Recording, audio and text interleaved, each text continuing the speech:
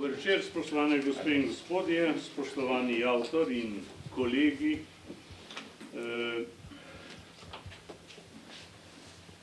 Težko boste verjeli, ampak nisem imel še časti v teh letih, da bi predstavil Dimitrija Rupla. In to bom zdaj z veseljem storil. Če ne bilo drugega razloga, že zato, ker je napisal knjigo s pomenljivim naslovom Pomen osamosvojitve. Torej, da je ta mož z njegovim življenjepisom in življenjsko izkušnjo čutil potrebo, da napiše knjigo prav takega naslova, se mi zdi že samo po sebi posebno dejstvo. In rad bi vas spomnil, da je bil ta mož, ki je bil eden od soavtorjev Majniške deklaracije, ki je bila temelj političnega programa Demosa, predtem že urednik Nove revije, je bil potem predsednik SDZ-ja, je bil tudi podpredsednik Demosa, profesor, pisatelj in tako naprej. Več mislim, da ni treba, ampak to dolžnost sem čutil. Vesel sem, da se predstavitev te knjige dogaja prav na sedežu Združenja za vrednote slovenske osamosvojitve, ker gre beseda oziroma bo šla o osamosvojitvi. In tole bi še rekel za uvod. Ignoriranje osamosvojitve v šoli, politično relativiziranje osamosvojitve, ki je doživelo en poseben vrh z ukinitvijo Muzeja slovenske osamosvojitve, kar pomeni enega od poskusov ukinjanja odnosa do osamosvojitve same. Torej, jaz bi rekel, da smo doživeli s to ukinitvijo nekakšen poživitveni odmerek. In Ruplovo knjigo vidim kot enega od odgovorov na to, kar se zdaj dogaja. Se spomnite časov, ko smo bili milijonarji, vprašek smo hodili pa v Trst ali pa v Celovec. Torej, Dimitrij Rupel v tej knjigi, v kateri je šel daleč nazaj v zgodovino do pisca političnega programa Zedinjene Slovenije Matije Majerezilskega do današnjih dni. Torej je pogledal nazaj na ta čas, pa tudi malce vnaprej. Torej, jaz sem vesel, da je čutil potrebo, da umesti osamosvojitev v to naše, včasih bi rekli narodno ali narodno-politično dogajanje. Še enkrat bom pa rekel, hvaležen sem mu, da je čutil potrebo, da se o osamosvojitvi v okoliščinah, kakršne živimo, v kakršnih smo, da se o tem govori. Rekel bi še to, iz te knjige je povsem razvidno, da ni ravno samoumevno, da smo iz neke kratice SRS prišli do kratice RS. Od Socialistične republike Slovenije do Republike Slovenije. On je bil soavtor oziroma sodeležnik tega projekta, kasneje tudi zunanji minister, to sem prej pozabil povedati, in mislim, da ima vse podlage za to, da napiše ravno tako knjigo. Dimitrij, pozdravljen in beseda je tvoja. Hvala lepa. A se tole ki sliši? Če bi čistneš. Pa tole. Ja. Aha, dobro. Hvala. Spoštovani Lojze, spoštovani obiskovalci, dragi prijatelji, jaz sem to knjigo napisal relativno hitro. Jaz mislim, da sem potreboval 2 meseca, da sem jo sestavil iz vseh teh sestavin, ki so v njej, od zgodovinskih do teh empiričnih iz današnjih dni. Napisal sem jo hitro Zaradi tega, ker sem bil, rekel, nekoliko razdražen zaradi dogajanja v državi in na nek način bi rekel, da je ta knjiga nekaj svoje poročilo o stanju v državi. Zdaj, Lojze je pravilno omenil, da ni bilo povsem samoumevno, da se nam je naša ideja posrečila. On sam je doživljal podobne težave, podobne zadrege, kot sem jih jaz, ko sem poskušal predvsem tujcem, tujim državnikom, predsednikom, ministrom in tako naprej dopovedovati, da Slovenija mora postati samostojna država. Slovenija bi težko postala samostojna država v kakšnem drugem času. To je bil čas konca hladne vojne. To je bil čas razpada Jugoslavije, potem razpada Sovjetske zveze, to je bil čas Pariške listine o novi Evropi, še prej padca Berlinskega zidu in tako naprej. Ogromno stvari se je dogajalo, ki je, da tako rečem, popestrilo to panoramo, to dogajanje v Evropi predvsem, no pa tudi zunaj nje. Jaz sem, kot rečeno, smatral, da se moramo odzvati na neumnosti, ki so se pojavljali v časopisih. Lojze je že omenil vprašanje muzeja osamosvojitve, da se ne bomo narobe razumeli, osamosvojitev ne spada v muzej. Osamosvojitev je nekaj, kar bi nas morali, da tako rečem, vedno spremljati in bi morali o tem najbrž večkrat in ponovno in že spet razmišljati.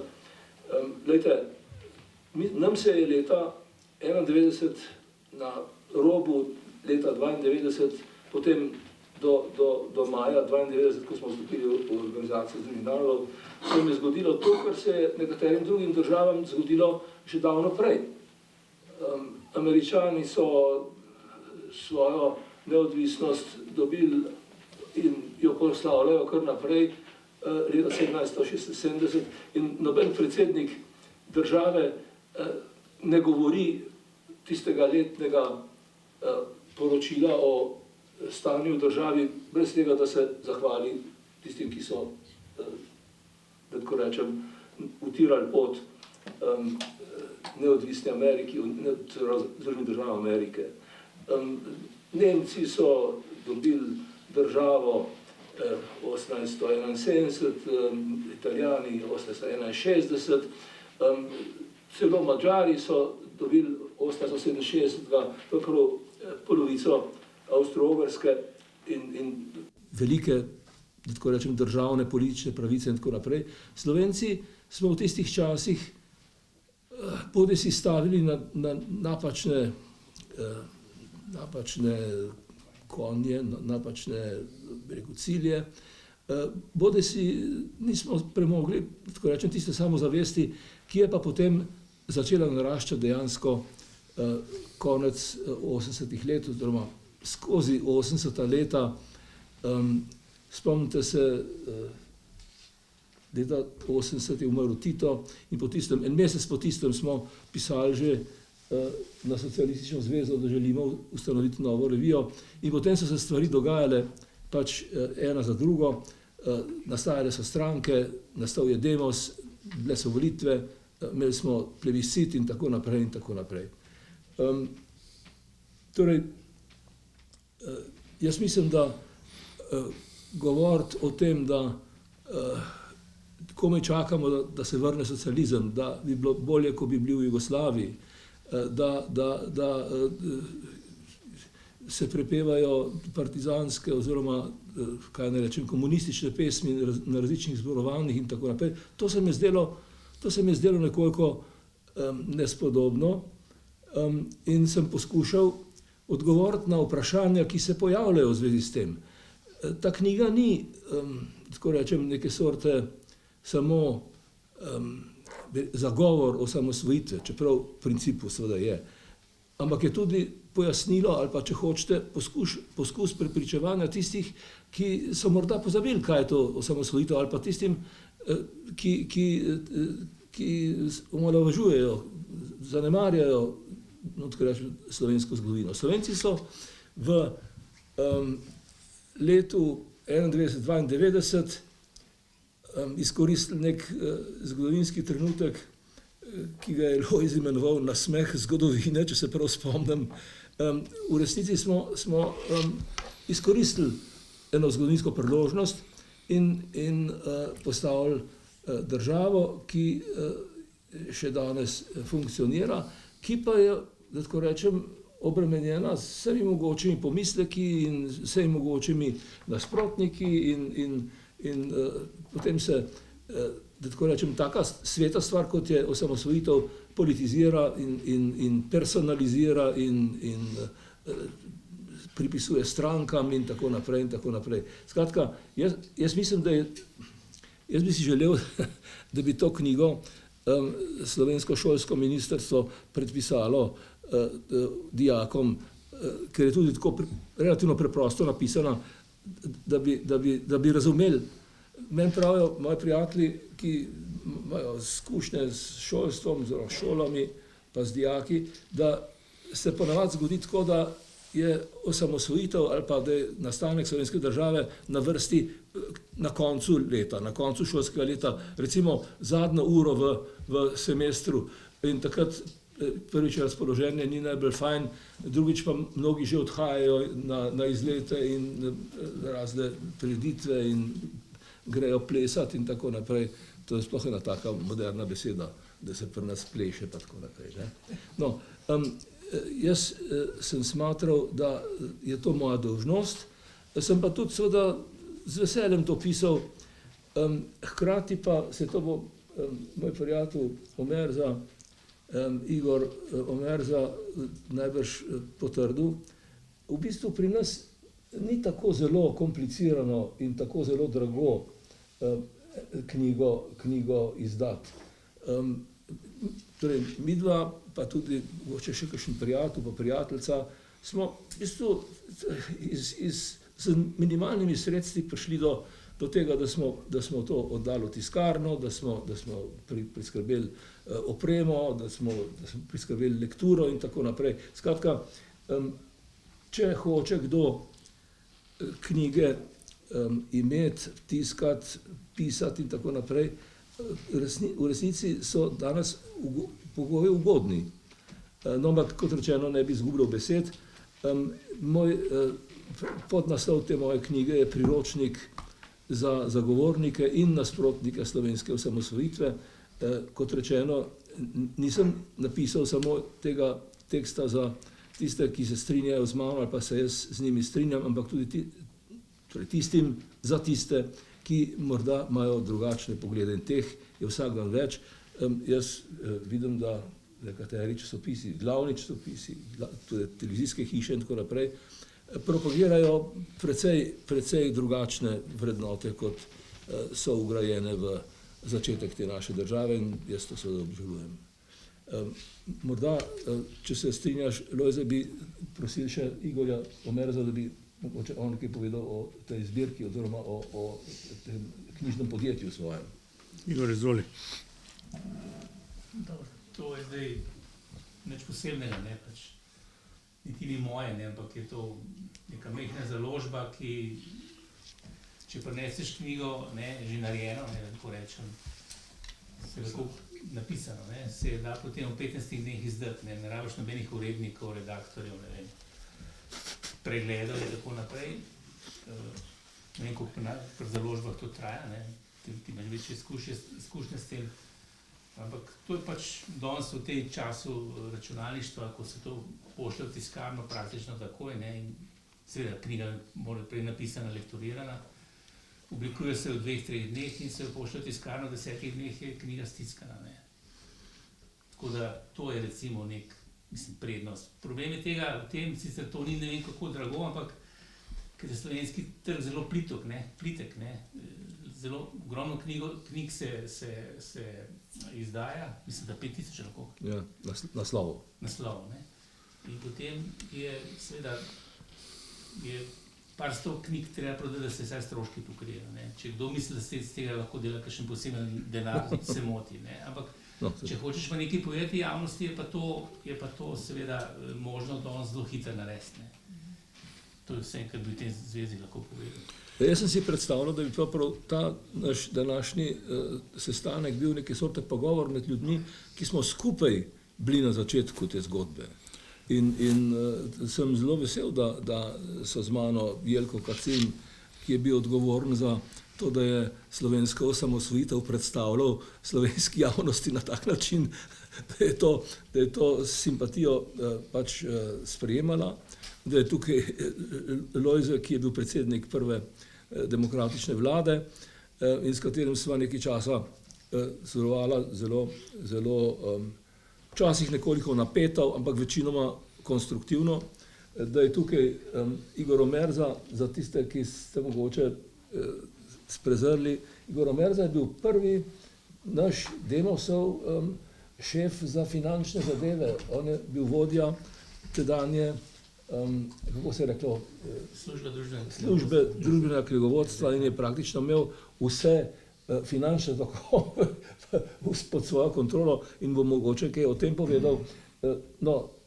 Last but not least, Igor Bavčar je moj star prijatelj in, da tako rečem, eden od ustanoviteljev slovenske politike. Če pomislim na odbor za obrambo človekovih pravic in če pomislim potem tudi na njegovo vlogo v vojni za Slovenijo, sem skratka počaščen, da je z nami in da bomo poslušali kakšno njegovo opažanje iz tistega časa ali pa tudi iz današnjega časa.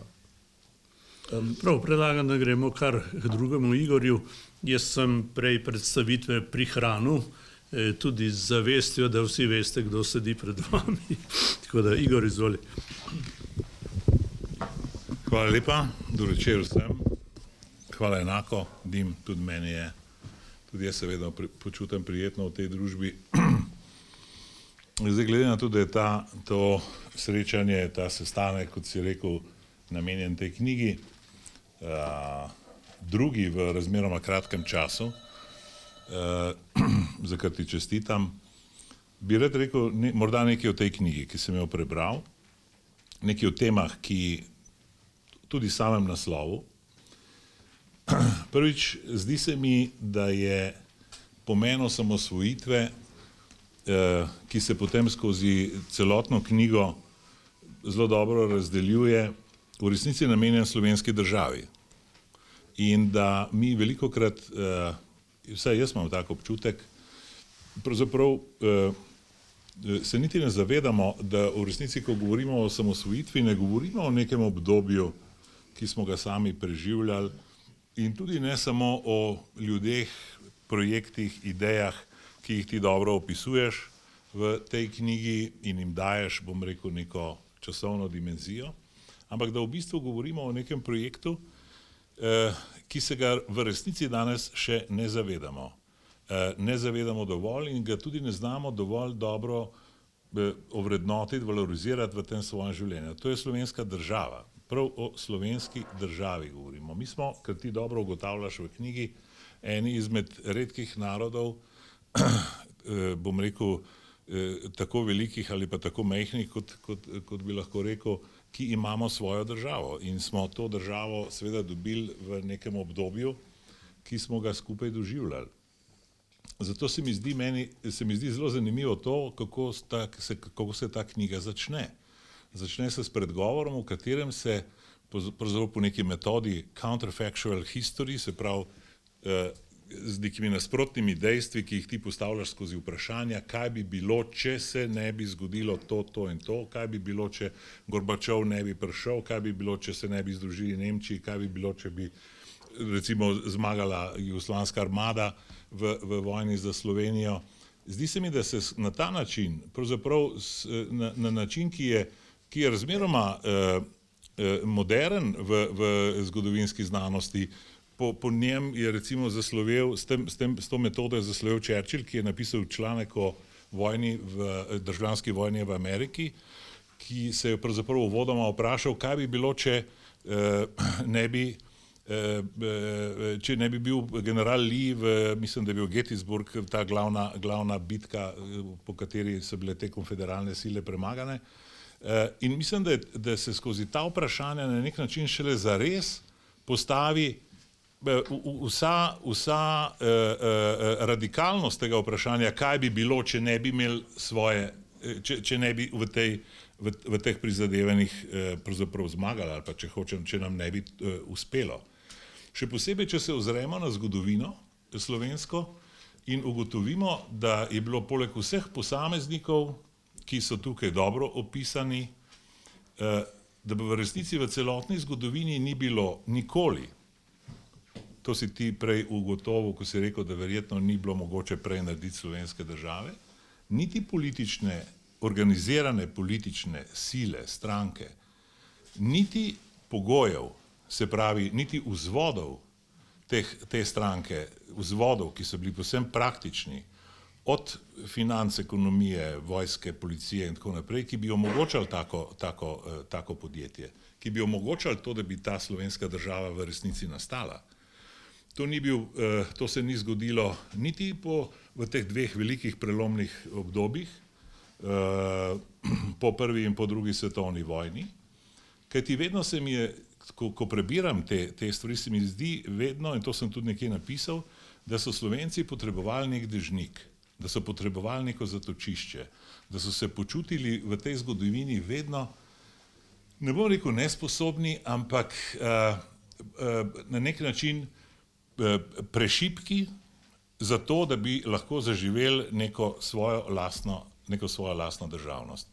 Tako smo bili zelo varno spravljeni v Avstro-Ogrski in smo, bom rekel, tisto obdobje, ko se je ta Avstro-Ogrska prelamljala po bom rekel, vseh peripetijah po prvi svetovni vojni, Wilsonovih točkah, pobudah oziroma avstrijskega dvora, da bi prišel do neke federacije in tako naprej, je bilo v tej slovenski politiki čutiti zelo jasno, bom rekel, ločnico med temi, ki so še vedno videli neko zaupanje v ta svet avstro-ogrske monarhije in v to novo iskanje tega jugoslovanskega izhoda. In tudi po drugi svetovni vojni ali pa v vsem tem času vmes ni bilo tudi v tej novi oblasti, socialistični, partijski, komunistični, ki je itak, bom rekel, najprej bila proti Jugoslaviji, potem pa je tukaj noter poučena tudi z Stalinovo kritiko teh njihovih lastnih naporov šla v eno drugo smer. Tako da mislim, da je tudi takrat ta slovenska politika, še posebej se mi zdi to aktualno ob vseh teh ponavljanjih danes, ko govorijo o osvobodilni vojni in tako naprej, kar ti tu dobro v tej knjigi pojasnjuješ v tistem delu, kjer govoriš o delitvi sveta, o znamenitem Churchillovem prtičku iz Moskve 44. oktobra in tako naprej. Tako da se je potem ta zgodba seveda v veliki meri kot produkt velikega preloma v 90-ih letih, v 80-ih letih v Evropi in v svetu, v konca hladne vojne, pravzaprav, da so se ta vrata odškrnila, vendar je bilo potrebno za to imeti, bom rekel, na voljo svojo lastno, bom rekel, moč, sposobnost, idejo, program in tu je veličina tega našega koraka. V resnici, če bi se vprašali, kaj bi bilo danes, če tega ne bi bilo, mislim, da so ti odgovori res lahko zelo, zelo pomenljivi in zelo, zelo dobri. Mislim, da je tukaj s to knjigo Dimitrij dal en tak zelo dober pregled vseh teh prizadevanj. Mislim, da je, in to moram reči, tudi s prejšnjo knjigo in s to še posebej podal, in tukaj se strinjam z njim, ko je nekje v tej knjigi govori o 5 stebrih te naše državnosti, je v veliki meri promoviral, kar je po mojem mnenju tudi bilo morda prej malce v tej veliki euforiji, konec koncev tudi tukaj sedimo med orožjem in te naše vojne včasih pozabljeno, da je diplomacija, slovenska diplomacija, sposobnost slovenskih diplomatov, sposobnost komunicirati s tem svetom, ki je takrat se znašel v sredi enega velikega kaosa, uspela promovirati to, da smo na koncu prišli v, kot vidite tukaj na tem dokumentu, to je dokument podpisov držav, ki so nas sprejele v Organizacijo združenih narodov. Čestitam za knjigo. Jaz mislim, da bi zdaj pa moral pa res še Kacin nekaj povedati. Hvala, Dimitri, za iztočnico, bom nekaj povedal. Moram reči, da je knjiga res dragocen in nujen prispevek v pomoč, da bi tisti, ki kaj vedo o osamosvojitvi, pa tisti, ki ne vedo nič, zagotovo zvedeli veliko novega. Jaz moram reči, da mi je najprej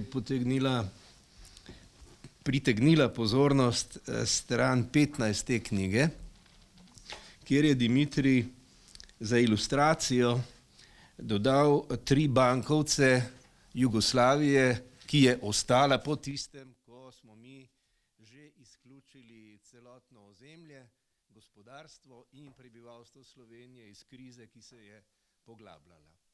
Prvi bankovec je za 5 milijard dinarjev, drugi bankovec je za 50 milijard dinarjev in tretji bankovec je za 500 milijard dinarjev. Iz leta 1993, se pravi eno leto po našem mednarodnem priznanju v Jugoslaviji, preostanku Jugoslavije, kot plačilno sredstvo uporabljajo bankovce za 500 milijard dinarjev.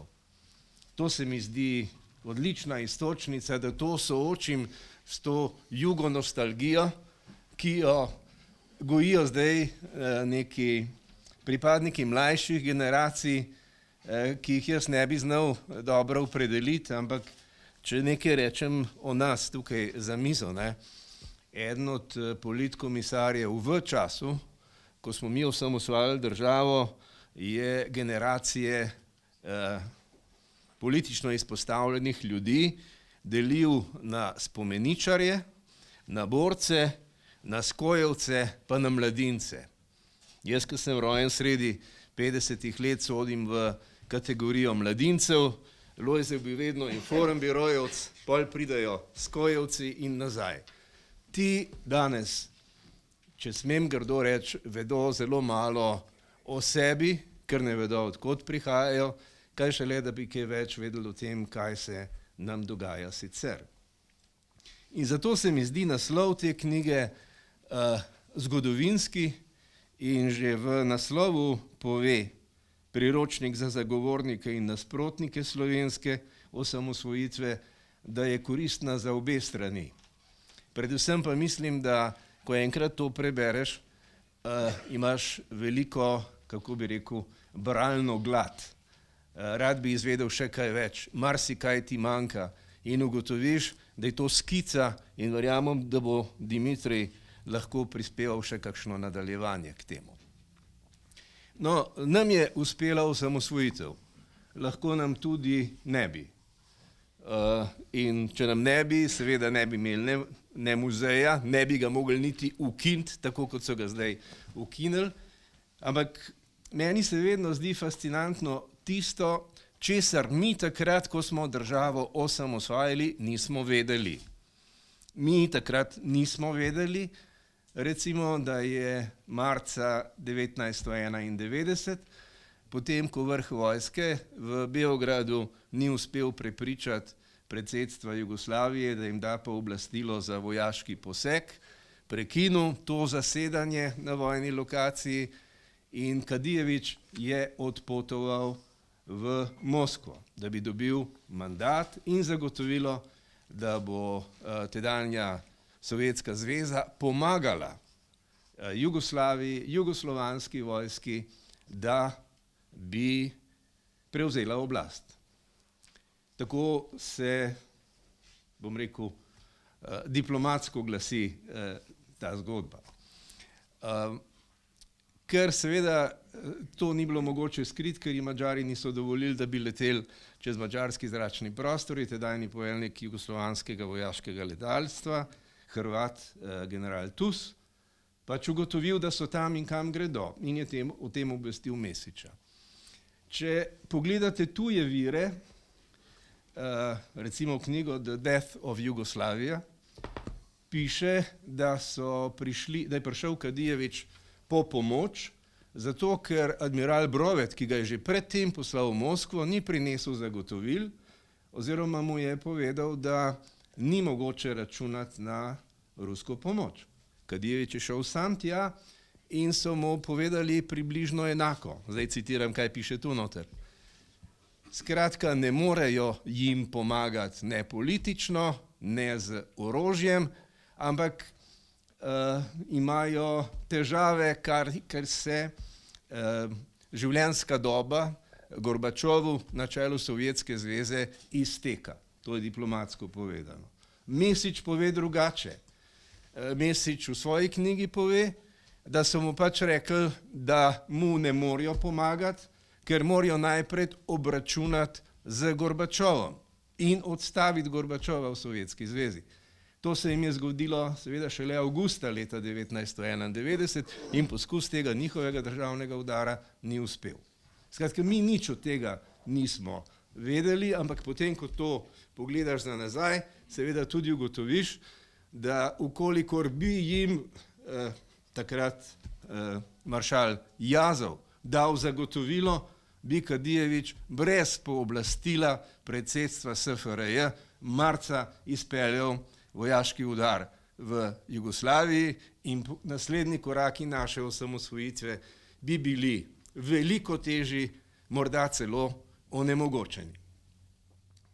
Torej, bili so nekateri, ki so na vsak način poskušali ohraniti Jugoslavijo, nam k sreči je uspelo, tako kot sem prej rekel, da smo izključili prebivalstvo, gospodarstvo, celotno ozemlje Slovenije iz vseh vojn, ki so sledile potem v nadaljevanju.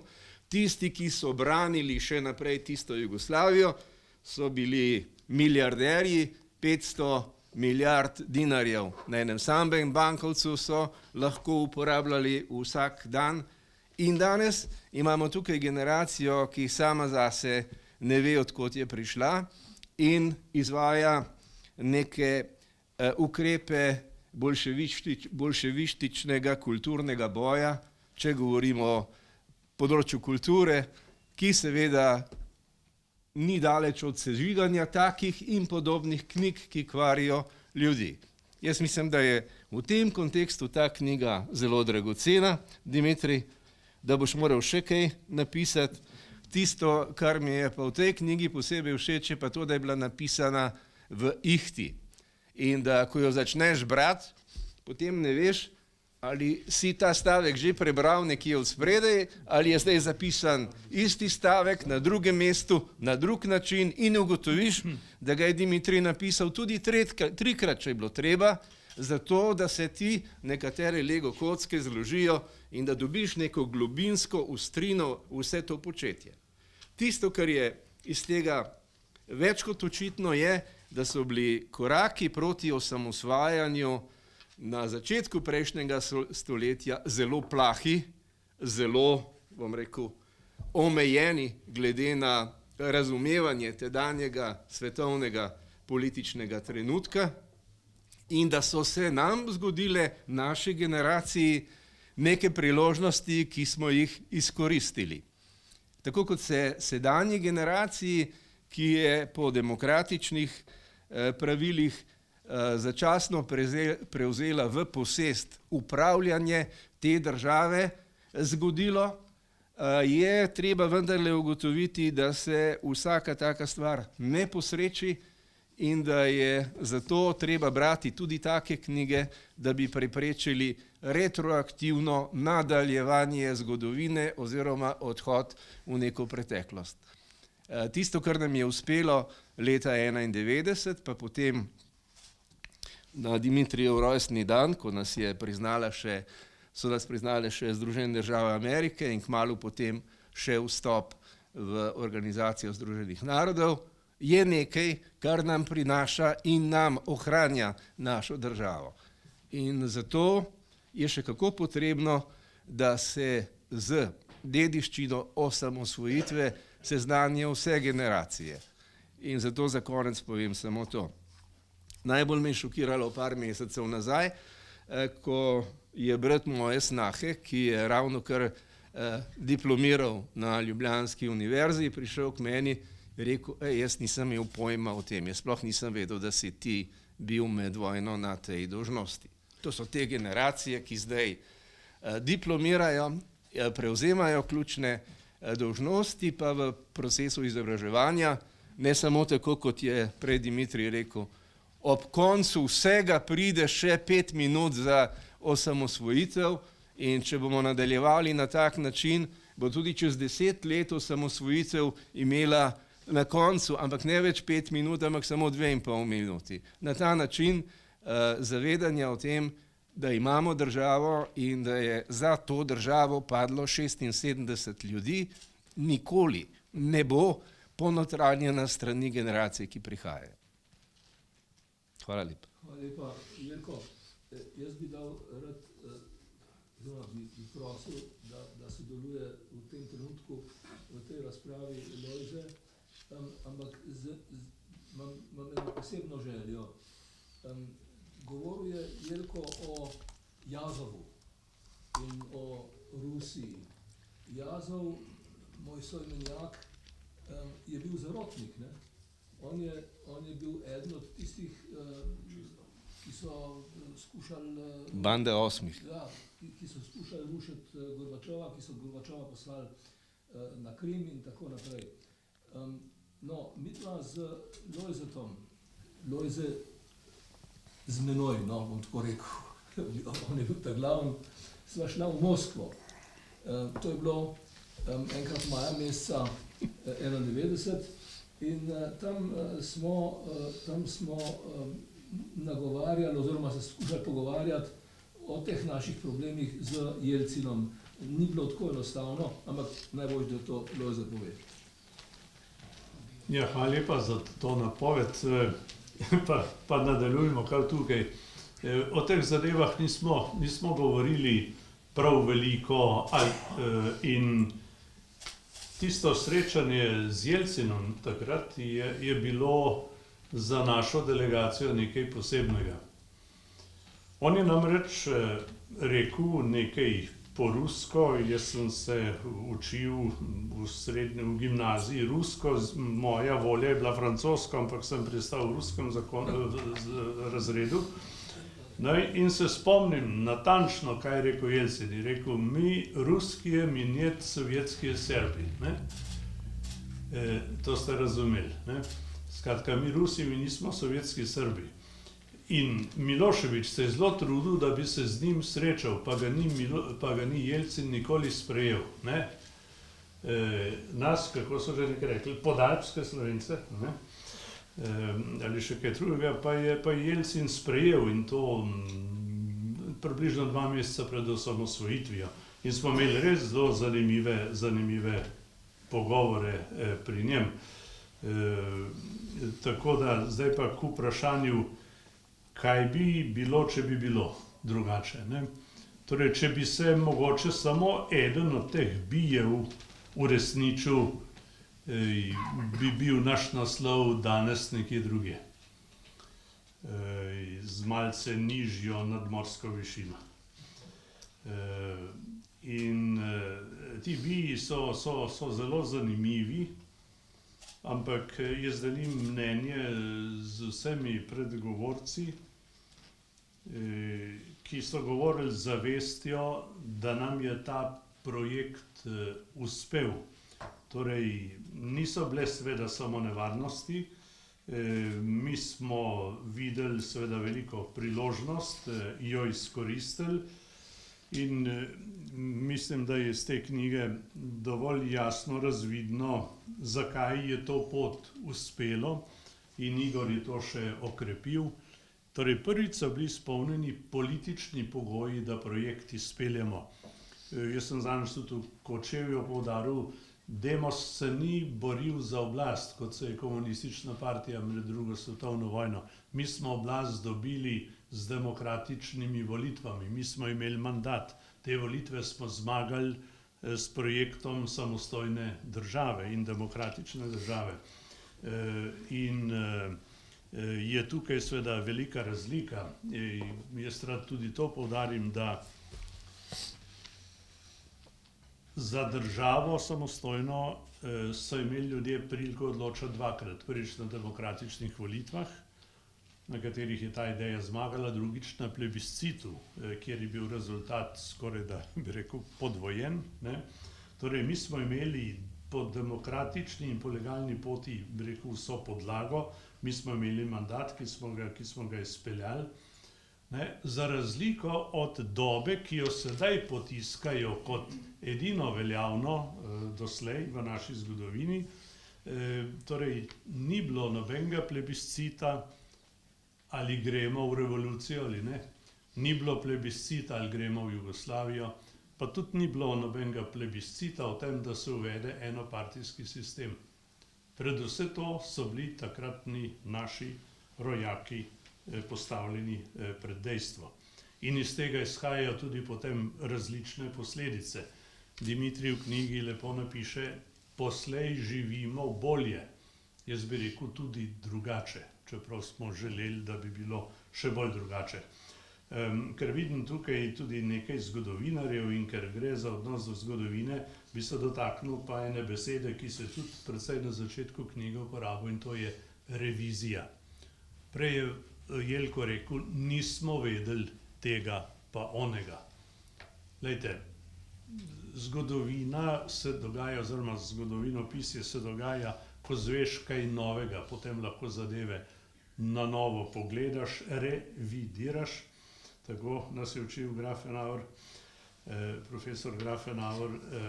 In druga varianta pa je, da zapreš oči. Ne samo, da ignoriraš, ampak da zapreš oči, da nočeš videti. In mi imamo danes tudi to metodo na delu. Ne? Torej, jaz sem vesel, da se revizija dogaja in pravim, kaj bi naredili zgodovinarji ali pa dokdaj bi dihali brez pravice do revizije. Omenil si tudi Trst, zanimivo postavko v povojnem času. In tle bi rad en spominski utrinek dodal. Nekoč sem obiskal v Clevelandu gospoda Lipovca, ki je v visoki starosti, mislim, da je 101 ali drugo leto doživel, umrl v Sloveniji. On je bil v tisti delegaciji Slovencev, ki je šla predsedniku Trumanu povedati, da je Trst naš. Ne? Pa jih je Truman z enim stavkom ustavil in rekel, mislite, da bomo mi dali to mesto komunistom? To je zelo jasen, bi rekel, kratek odgovor. Zdaj, o tem bi se dalo še marsikaj povedati, ampak samo to mimogrede povem za mečken enega fleša, bi rekel, na tisto situacijo. Potem moram reči, da sem pa vesel tudi ene besede v tej knjigi, ki se ji reče kohabitacija. Ne? Dimitrij je tukaj povedal, kar sva z Janšem na nek način povedala v nekaterih intervjujih, da je tudi predsednik države, katerega intimna opcija ni bila slovenska samostojnost, sodeloval z novo oblastjo oziroma z vlado. Ne? Jaz temu, bi rekel, tudi to pot pritrjujem. Ne? On je imel moč, bi rekel, da bi lahko drugače nasprotoval ali pa močno nasprotoval, vendar je v nekaterih situacijah, tudi na Brionih, pa na vajnem obisku pri Genšerju in še kje, bi rekel, je odigral, včasih bi rekli, uradno linijo ali pa recimo kar Demosovo linijo. Ne? Imam pa še moja predzadnja opomba. Meni so zelo všeč v takih knjigah lapsusi. Ne? In eden od teh, mislim, ne, je tale. Na Kočevskem rogu takrat, ne, piše Dimitrij, sta Šuštar in Kučan blagoslovila spravno slovesnost.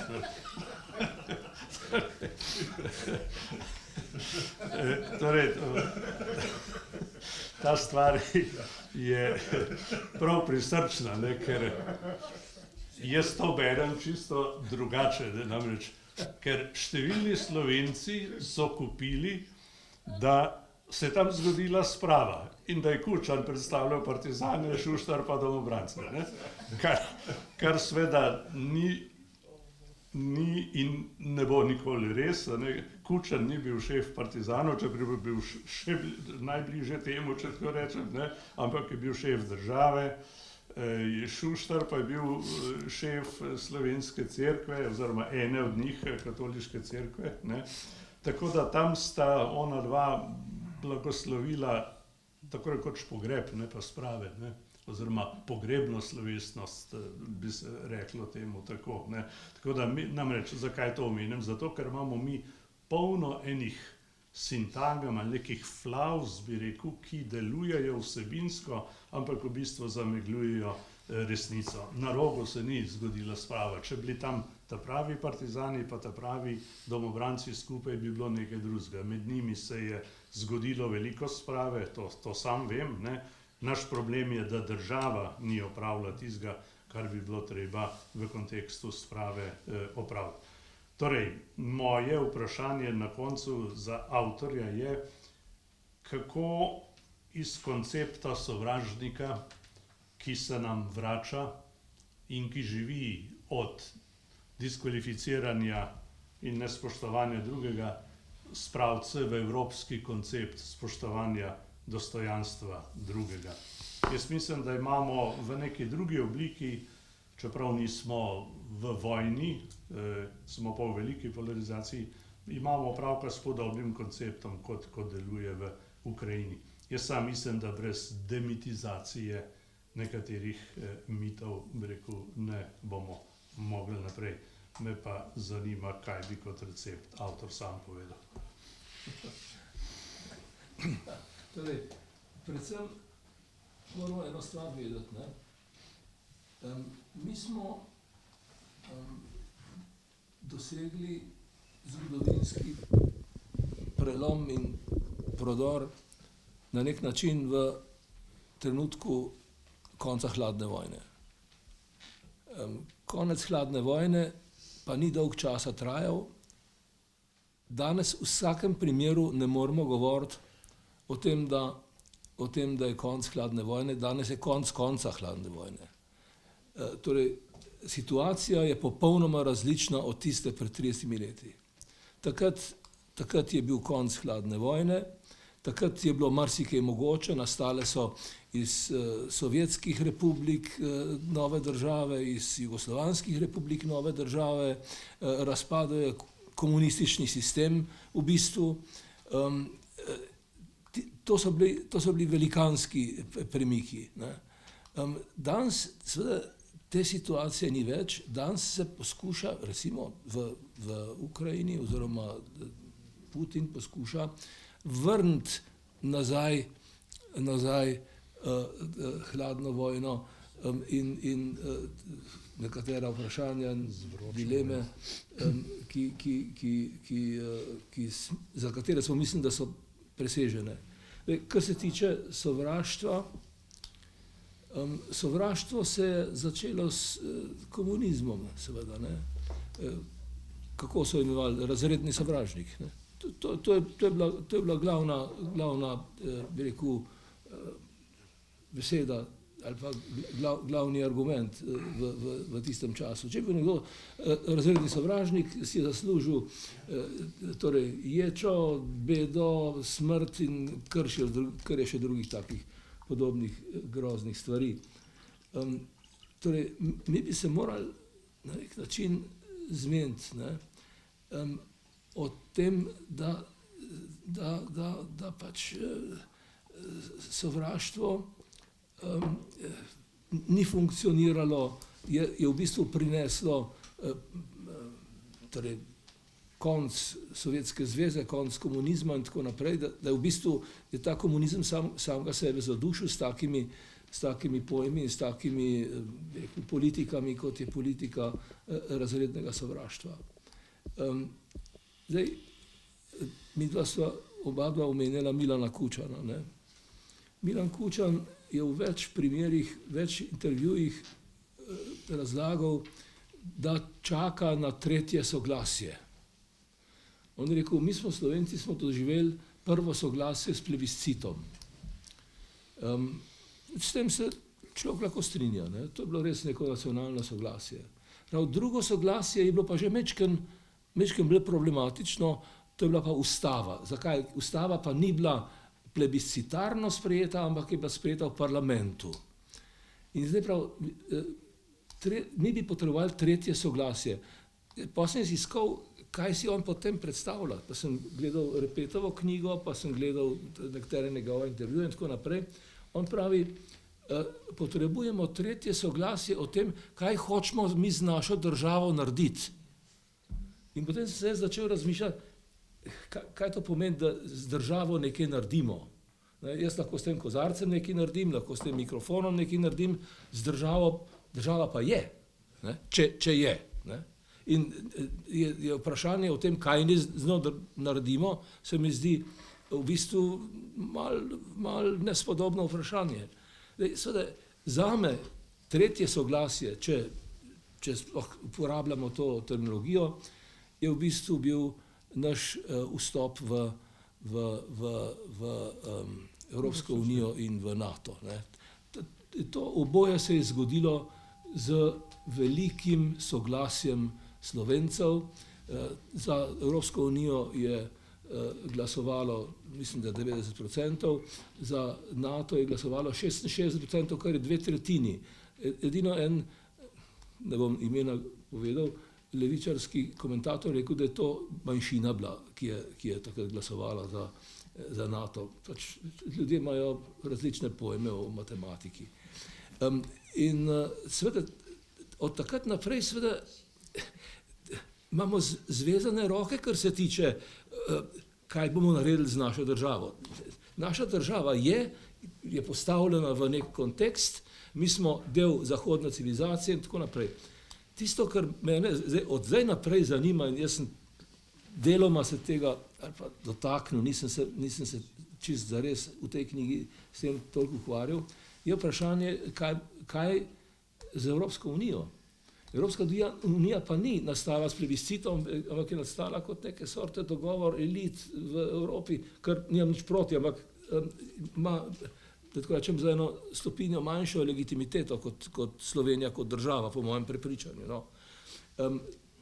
Predsednica Evropske komisije je par dni nazaj govorila o tem, da zelo zanimiv govor, predno je šla v Peking, kjer niso najbolj sprejeli, je rekla, mi moramo združeno delovati v bistvu proti Rusiji oziroma podpirati Ukrajino. V Evropski uniji moramo združiti moči zato, da bomo pomagali Ukrajini. Okay. To je prvi del njenega govora. Drugi del njenega govora je, kako je Evropska unija odvisna od energentov iz Nemčije, iz Rusije. Evropska unija, kar se tiče energetike, je, kakor ona pravi, bila odvisna od Rusije, danes pa je vedno manj in tako naprej, bo vedno manj in tako naprej. Ampak še bolj zanimivo pa to, kar pravi o odvisnosti glede surovin. Tisto me je pa prav šokiralo. Ona pravi, Evropska unija je 97% odvisna od Kitajske, kar se tiče surovin, tistih posebnih surovin, ki jih potrebujemo za izdelavo čipov, za torej umetno inteligenco, za moderno tehnologijo in tako naprej in tako naprej. No in potem čakam, kaj bo zdaj temu sledilo, kako se mora zdaj Evropska unija obnašati v tej situaciji. Po eni strani energetsko odvisna od Rusije, po drugi strani surovinsko odvisna od Kitajske.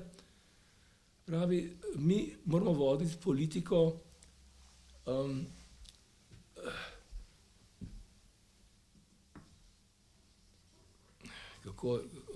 kako se ona že izrazila, v bistvu je rekla, moramo biti previdni, ne smemo tvegati.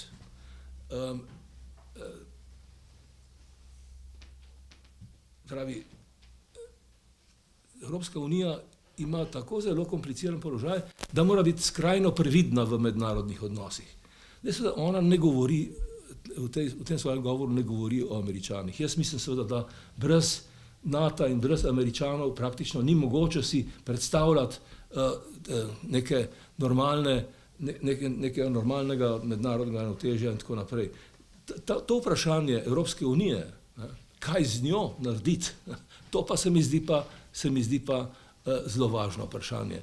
S Slovenijo ni treba nič narediti. Slovenija država je, jaz upam, da do nadaljnjega, torej upam večno, da bo ostala država, čeprav je to en čudež, da je Slovenija z 2 milijonoma prebivalcev sredi Evrope ogrožena z severa, juga, zahoda, vzhoda, vse povsod, da je uspelo narediti to, kar je naredila. Zdaj pa, kdo želi? Igor. Hvala. V tej knjigi se mi zdi zelo pomembno, da Dimitrij predstavi genezo osamosvajanja. Ne samo zadnje korake, operativne, v katerih tudi sam sodeloval, pa tukaj prisotni, ampak tudi samo genezo. In on predstavil 100 let tega, od leta 14, pa še malo prej do osamosvojitve, potem pa še naprej, kako se je Slovenija razvijala, kakšne so težave in kaj bo Slovenija naprej. In zdaj to nekako se upada s tem, kar jaz proučujem. Namreč govorim o genezi, kako je nastajala ta, kako se je razvijala osamosvojitvena ideja, da je potem prišlo, se ni padla z neba leta 90 ali pa leta 87, nove revije, ne. To se je razvijalo že prej, brez tega ne bilo tudi potem končnih posledic te ideje, namreč operacionalizacije slovenske države. In opisuje seveda tistega, kar jaz ga imam in ga vidim tudi, ko sem proučeval tudi udbovsko zgodovino, vosovsko zgodovino, Lamberta Ehrlicha, ki je sredi vojne vihre, novembra 1941, postavil prvi sicer ne še zelo jasen, ampak najbolj takrat jasen koncept slovenske države, tudi z njenimi mejami. Ampak postavljajo vedno v neko skupino držav. Rekel, če ne bo možna neka skupina, potem pa tudi popolnoma samostojni. Zakaj? Vedno so se bali Slovenci tega germanskega ali pa romanskega vpliva oziroma teh težnj imperialističnih. In tisti, ki danes mislijo, da je fajn, če bi šlo ven iz NATO, ne poznajo zgodovine in strahov Slovencev, da bi bili sami. Danes smo najbolj varno spravljeni, res varno spravljeni v Evropski uniji, posebej še v vojaškem smislu v NATO. To je samo mimogrede. Ampak kaj se je zgodilo z Ehrlichom, s tem prav očetom slovenske države? Maja 42 so ga umorili, tam na Streški cesti. 2 mlada komunista sta ga umorila.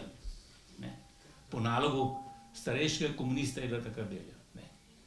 In drugi, ki je njegove ideje naprej nosil, je bil Ciril Žebot. Jaz sem napisal knjigo o njemu, Ciril Žebot in Udba, in jaz skozi udbovsko nasprotovanje osamosvojitvi gledam osamosvojitveno idejo. In jo bom pripeljal do leta 90. In bo nastopil tudi Dimitrij Rupel kot Udba in Kot Udba in Dimitrij Rupel, Bavčar in Udba, Peterle in Udba, in še nekateri drugi, France Jeze in Udba, nekateri novorejaši, in bom skozi nasprotovanje ideje osamosvojitve, od umora Ehrlicha, to sem že opisal, pa tudi Dimitrij to poudarja v svoji knjigi, do leta 90. Skozi nasprotovanje bom seveda prikazal to genezo, ki je sicer pojavne oblike so znane, ampak tako, kako je pa Udba temu nasprotovala, pa ni še vse čisto jasno, to bom prikazal. In zato je pa tako škandalno, jaz zdaj uporabljam pa besedo Dimitrija Rupla, škandal, da prvič, da se odlikuje, oziroma da se vojaško počasti pogreb Janeza Zemljariča. Govorim o tej vladi, samo o škandalih te vlade v zvezi z osamosvojitvijo, ker je nagrajevanje z vojaškimi častmi nekoga, ki je bil proti osamosvojitvi, ki je dal zapret Miklavčiča, ker so pa njemu, Franceta Miklavčiča, ker so pa njemu naredili osamosvojitvene zvezke, so ga zaprli, udbovci Se pravi, da je on aktivno sodeloval v preganjanju ljudi, ki so bili za osamosvojitev. In potem se takemu človeku v samostojni državi dajo vojaške časti. Nezaslišan škandal. Drugi škandal, sploh ni treba razlagati, je Muzej slovenske osamosvojitve. Tretji škandal, državna proslava Prešernova, pride na oder, zlorabi oder Makarovičeva z rdečo zvezdo. Rdeča zvezda je za nekatere nekaj zelo lepega, za nekatere pa to strašna zadeva, ne? So trpeli njihovi starši, sorodniki in tako naprej. Ne? Tako da to razdvaja. Rdeča zvezda razdvaja, žal razdvaja. Ne? In ona pride na državno proslavo z rdečo zvezdo in celotni državni vrh vstane in ploska. Nezaslišani škandali. Nezaslišani škandali in nezaslišani udarci po temelju slovenske države. In mislim, da kdor hoče pa se oborožiti s nekim znanjem, da bi več vedeli o tem, pa da bi veliko več ljudi te vedeli, pa da bi se zgrozili na takimi stvarmi, kot so se dogajali zdaj, po to vlado, v zelo kratkem času, kaj ne še čaka, ne? Se mi zdi fajn, da se prebere ta knjiga. Ja, kar se mene tiče, postaja ta večer čedalje bolj zanimiv. In rad bi povedal nekaj ob tem, kar je rekel Igor Omerza, zdajle, ki je omenjal nasprotovanje Udbe, pa Zemljariča in tudi Erlicha, ki ga tudi Dimitrij omenja nekje. Glejte, za Erlicha še po desni strani dolgo nismo vedeli, kaj šele po levi v Sloveniji. Ne? Zdaj vendar vemo, zlasti po zaslugi Juhanta, ki je napisal knjigo o njem, malce več in zdaj to ime pač prihaja na dan, ne? Eno od zatajenih imen. Tudi o Angeli Vode dolgo nismo nič vedeli. In zdaj, veste, mene ta beseda, delitev, razdvajanje, polarizacija, jaz predvsej o teh zadevah razmišljam.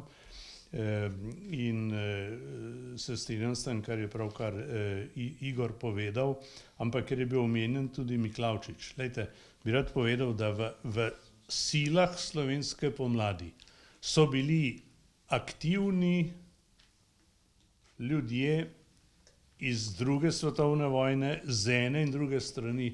Glejte, v naši stranki v SKD-ju smo imeli partizane in domobrance in njihove sinove in hčere. Recimo partizana sta bila Franc Miklavčič, krščanski socialist, in Viktor Blažič. Med drugim. Bi lahko še koga naštel. Bučar je takrat oznanil konec državljanske vojne. Malce se je zmotil, se mi zdi. Ampak, glejte, mi smo to delali skupaj. Jaz to doživljam skozi besedo skupaj, ne? In zdaj mene jezi, več kot jezi, da skuša ta oblast sedaj celo osamosvojitev, o kateri je nekdo že rekel, da je sveta zadeva, uporabiti kot sredstvo za dodatno razvajanje. Zdaj se govori o nekih zaslugarjih, nekim ne vem kakšne kategorije, vse se uporabljajo, jih celo težko izgovorim, ne? In so to zgodbo odpeljali čistveno drugo območje. Zato je taka knjiga pomembna v tem času. Hvala. No, zdaj, Igor Bavčar, ti si vodil eno zelo pomembno organizacijo na začetku osamosvajanja, ki se je imenovala Odbor za zaščito človekovih pravic. Ali je bilo v tem odboru čutiti kakšno sovraštvo, ali so se vsi med sabo ljubili?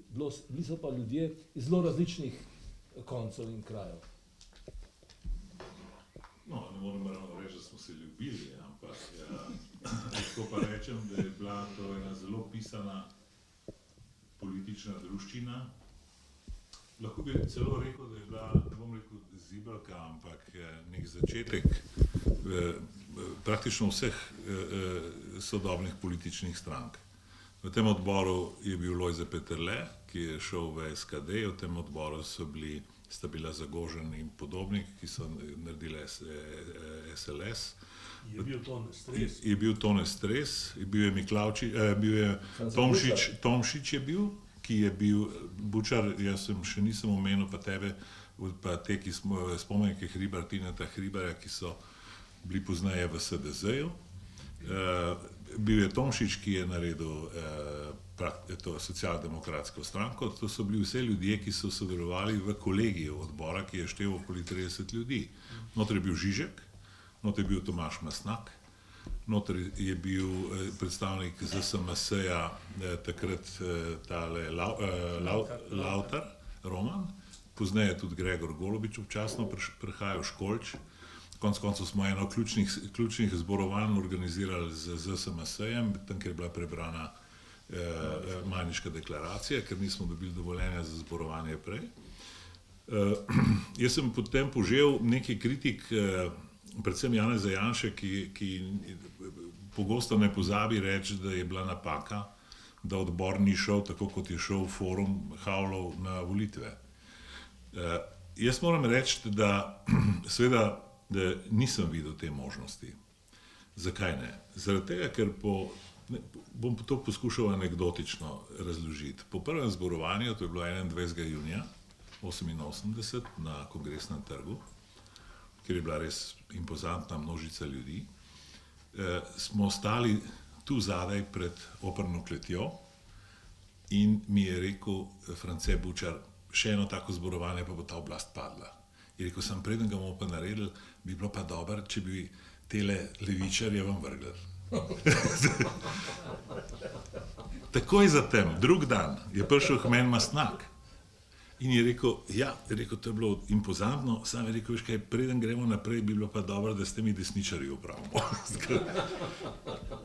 To je mogoče z tega današnjega vidika malce zabavno rečeno, ampak dejansko so bile te tenzije noter zelo prisotne. Vi veste, da so bili tukaj ljudje, recimo malo je znano, da so bili kolektivni člani odbora, mislim, ne vem koliko omejitev. 200 000. Ne, partijskih organizacij. Veliko. Mislim, da jih je bilo, torej cele organizacije Zveze komunistov so vstopale v odbor. To je bilo absolutno nepojmljivo takrat. Ne? Na drugi strani smo imeli Stresa, ki je bil iz Škofovske konference. Skratka, ta pluralizem te zgodbe se je potem vlekel, bi lahko rekel, skozi celotno to obdobje osamosvajanja. In tudi v Demosu. Formula je bila v redu. Ja, mi tudi, recimo, ko mene sprašujejo, kako smo, mi nikogar nismo spraševali, v kateri stranki je takrat. Ko smo delali v manevrsko strukturo narodne zaščite, konec koncev je delal Krkovič, ki je bil član elitne udbovske brigade iz Kočevske Reke. In tukaj je bilo, bom rekel, tukaj so bile, to je en zanimiv fenomen, ki ga ti opisuješ tudi v tej tvoji knjigi o odboru, ne? In v resnici to, kar me sprašuješ, Jim, ja, seveda, ni bilo, tukaj nismo bili. Recimo, jaz tudi se spominjam, ko sva z Janšo izdala knjigo Staneta Kavčiča, Dnevnik in spomini, mislim, da sva neposredno pred tem ali takoj potem napisala članek o spravi. Jaz ga ne morem najti, ker je bil objavljen v Mladini in sem že vse prekopal in ne morem najti tega članka. Meni se je zdelo zanimivo, zdaj z kasnejših časov, ne samo, da nismo vedeli, kaj se dogaja v Moskvi, nismo tudi vedeli, da je Janez iz ene družine, bom rekel, očeta, ki je imel to travmatično izkušnjo. Jaz sem pa iz ene primorske partizanske družine in takrat sva mi dva v resnici ne sem članek napisala, ampak tudi marsikaj drugega naredila skupaj v tem času. Ne. Zdaj je pa to naenkrat postalo nekaj določujočega. Nekaj, na čemer se dela neka razlika do nas. Kaj so bili partizani, pa kje smo, kdo je za tabele, kdo je za trdeče. To je še ponovno postal nek označevalec, ki je res neverjeten, da se ga vsakič znova potegne ven za vsakdanjo rabo. Mislim, res, to je prav neverjetno. Hvala. Hvala. Jaz mislim, da bi bilo fajn, če bi dali še našim poslušalcem besedo, da bi slišali vprašanja. Da slišali vprašanja. Tukaj nas je nekaj, ki morda kaj znamo povedati. Tako je bilo mišljeno. Beseda je vaša. Minister, izvolite. Lahko jaz? Ja. Vasko, Simoniti. Torej, jaz sem zelo vesel in čestitam Dimitriju za njegovo knjigo, seveda, in za njegov analitičen duh, ki se odraža v vseh njegovih delih. Vesel sem, ker govorite pač vsi kot praktiki, bi človek rekel, torej tudi o državi. In mene v tej državi marsikaj skrbi, verjetno tako kot vas. In rečeno je bilo o tretjem soglasju gospoda Kučana in tako naprej, in da država je in tudi nekaj ostane, seveda.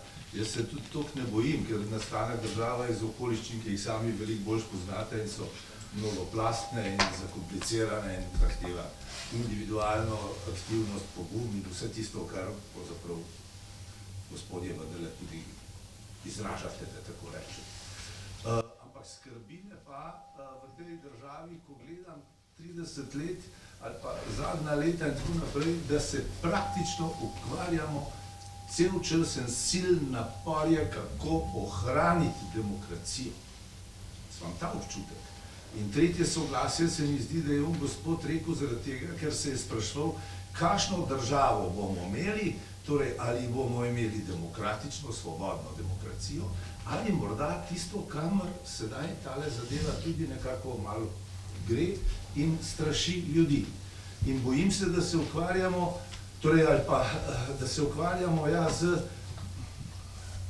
nekim temperom, recimo 4 svoboščinami, ki so bile tam leta 40 rečene, tako naprej so vse, ampak svoboščina o sovražnem govoru ali po svobodi govora, o pravici do verovanja, o osvoboditvi pred strahom, tudi strah je bil omenjen prej, kjer bomo šli na zahod ali ne vem kako, tako naprej, in seveda tudi svoboda do dobrin, biti sit.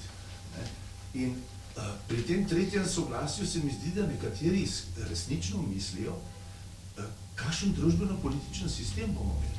To se mi zdi, da je vprašanje tistega gospoda, za katerega osebno, tudi kot zgodovinar, če v časovnem loku gledam, vidim, da je bil njegov pristanek v to, da je tako dobro sodeloval z vsemi in v tem, ker je bil prilagodljiv, ker je instinktivno čutil. In kako bi rekel, te ljudje so se znali prilagoditi, niso pa zapustili svoje nravi. In kako bi rekel, temeljna čutenja, ki se izražajo v tem, kakšen družbeno-politični red jim je blizu. In tega skušajo tudi ustvarjati. In to sem danes želel prav posebej povedati, ker sem bral danes članek od Dimitrija Rupla v Demokraciji, pravzaprav o stvari, ki oba dva mogoče dobro poznava in veva, da je na ene 3 mesece ali pa 4 mesece dolgo brado, najmanj, gre za knjigo od Tineta Hribarja, in članek, kjer govori, in zdaj ste tukaj akterji, pa me zanima vaše mnenje, knjiga, v kateri gospod Tine Hribar govori, da so zaslužni za našo osamosvojitev Stane Brovet, Milan Kučan, Stane Dolanc in še marsikdo. In to je tista relativizacija, ki v časovnem loku kaže in hoče zbrisati osamosvojitev, ker jo hoče peljati, da je vse bilo normalno in skrhati to državo in predvsem, to, kar mene najbolj skrbi, torej demokracijo. In me zanima, kaj mislite, če se vam zdi vredno v tem odgovoriti. Druga stvar, ki bi me pa zelo zanimala, je pa to.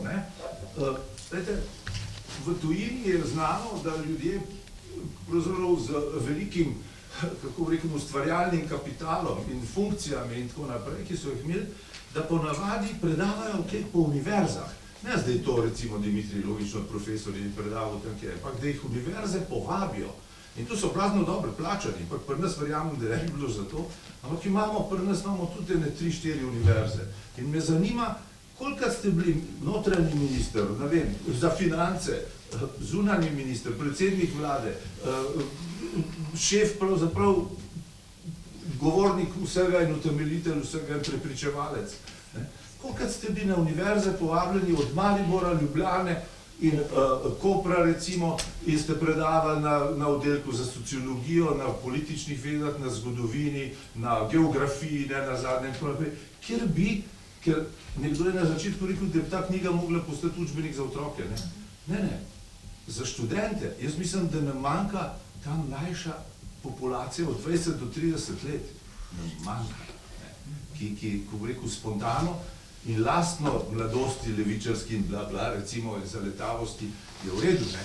Ampak vendarle res ne vedo razliko med eno in drugo obliko države. In to pa mislim, da bi pa morali pravzaprav te izpostavljene osebe imeti dostop ali biti povabljene kot naravni del, da pridejo odpredavati nekaj. Razumete, ko ena vlada pade v Ameriki, v Nemčiji, to ministri dobijo ponudbo, grejo po 50 univerzah. Razumete, predavati. Ne? In me zanima, kolikrat ste bili vi morda povabljeni na kakšno univerzo, da bi predavali študentom, ne zdaj pa korpusu, ne? Da se stavljajo in povejo. In tukaj je ta širitev, kako bi rekel, in spopad z neko mlado miselnostjo, ki je normalno zaletava ali pa tudi ne bo, ne taka, ampak kjer bi se srečala z, kako bi rekel, pravo razliko med eno in drugo obliko države, za katero pa moram reči, da me danes pa že kar skrbi. Skrbi me tudi zaradi tistega, kar v knjigi piše Tine Hribar z naslovom Sem za to, ali ne, mislim za to sem, ne, in je ta citat, in tako naprej, kjer govori, da je Stane Vrovec zaslužen bolj kot vsi, bolj kot vsi vi. Torej, to me zanima na te dve vprašanje, če bi lahko rekli kaj, no? Ja, jaz sem s Tinetom Hribarjem o tem govoril 2 leti nazaj, potem, ko sem objavil en članek o odlikovanju bivšega sekretarja za notranje zadeve Ertla. Mislim, da ga je odlikoval predsednik Türk za zasluge za slovensko osamosvojitev. Oprosti, Igor, samo to reči. O odlikovanju še. Dajte, Ertla je omenil pravilno, ne pa Zemljariča. Dajte, kako je gospod Kučan pametno ravnal.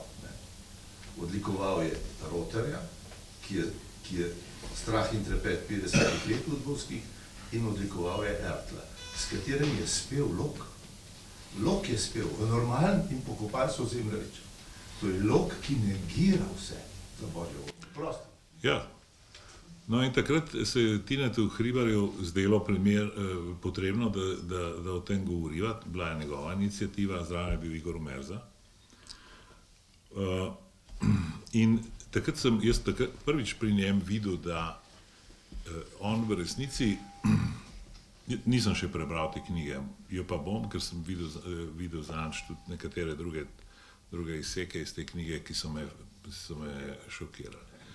No in jaz sem takrat pravzaprav gotovil, da je ta temeljna, on je branil seveda to odlikovanje Ertla, in ko sem ga sprašal, zakaj vendar, zakaj se ti zdi to primerno, se vendar veš, kakšna je bila njegova vloga in tako naprej, je rekel zato, ker je on v bistvu bi nas lahko zaprl, omenil je nek proces proti njemu in spomenki. Jaz se ga niti ne spominjam natančno. Bakič, ja, tako, da bi takrat lahko mirno on pokasiral vse nas in tega niso naredili. In jaz mislim, da je to naštevanje vseh teh ljudi, od Broveta naprej, za katerega je zanimivo, da se skozi v odzadju nekje v teh spominskih knjigah govori, da je bil on ključen. Jovič piše v svojih spominih, da je bil Brovet avtor ocene generalštaba, ali se gre ali ne v državni udar. In da je Brovet odsvetoval, češ da bi to bilo pogubno za Jugoslavijo, vojsko in tako naprej. In imam občutek, da v resnici je to podobno, bom rekel, ne samozavestno, nek odnos do tega, da nam je pravzaprav vse bilo podarjeno, ali pa da je vse bilo dopuščeno, da je pravzaprav vseeno, da bi to nastalo, ker je se Ertl odločil, da ne bo zaprl zakoncev Hribar, pa nas, čeprav je zaprl Janšo, recimo, ne, kar je zelo zanimivo. Ne. In potem vsi te Dolanci in vsi te, ki so zadaj se štrikali in na nek način poskrbeli, da smo padli mehko, bom rekel tako, v to zgodbo, ker sploh ni res. Ker ni res zaradi tega, ker je odločiti se za to, če se spominjate velikega nastopa Kučana in Ertla v Tacnu, ko je rekel, zakaj ne bomo zaprli Bučarja, kar pravi danes Hribar, da ga niso. Zato, ker bo reakcija evropske politike prehuda. In še zato, ker mu bomo na ta način, če se ne motim, omogočili, da bo pravzaprav profitiral iz tega, da bo postal mučenik in tako naprej.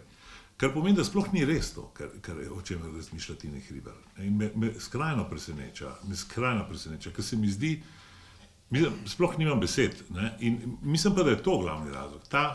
Jaz sem tudi takrat v tem pogovoru videl, da je dejansko njega bilo, da on za nazaj pravzaprav govori o tem strahu. To je podobno, kot bi Dimitrij Rupel je bil s Kučanom v Beogradu, ki mi je Baker rekel, lejte, se nimate šans, kaj se pa greste, kdo vas bo pa priznal. Jaz se ga dobro spomnim, njegovega obraza v Poljčah, ki je prišel nazaj to povedati. Mislim, in bom rekel, tukaj je zanimivo, ne? Ravno to, o čemer je nekdo tukaj prerekel, kaj smo vedeli in česa nismo vedeli, ne, takrat. Kučan je gotovo vedel več stvari. On ne bi rekel Fasinu, ki je bil sekretar Socialistične internacionale, da upa, da ne bo dala države desnici, če ne bi vedel, da je Socialistična internacionala absolutno proti samostojni slovenski državi in proti razpadu Jugoslavije. To ni bila njegova, bom rekel, ideja v tistem trenutku, ko sta z Ribičičem govorila s Fasinom. To je bilo v resnici nekaj, kar je bilo rečeno na podlagi njegovega vedenja. On je poznal to okolje, ne? Konec koncev smo ga tudi mi, ampak se mogoče, ne vem, jaz sem imel takrat nekaj čez 30 let, nismo na to ozirali. In kot gledam z današnjega zornega kota, vse te velike politike, svetovne politike in vse to, o čemer piše tudi Dimitrij, se mi zdi res po svoje nek čudež. Da smo ne samo ustrajali, ampak da nam je tudi uspelo. Ne? In z tega stališča se mi zdi to res absolutno netočno, o čemer piše Hribar. Absolutno. Hvala.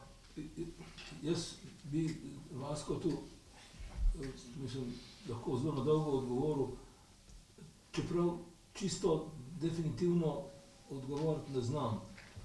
Tine Hribar ni napisal samo te knjige, o kateri sem jaz danes poročal v Demokraciji, ampak on je napisal tudi knjigo, v kateri govori o Rusih in torej,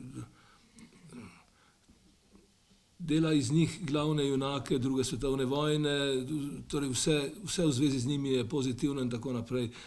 Rusko vprašanje, tista druga knjiga. Tudi jaz sem se od tisti knjigi moral z njim spreti, zato ker je on rekel, da smo mi,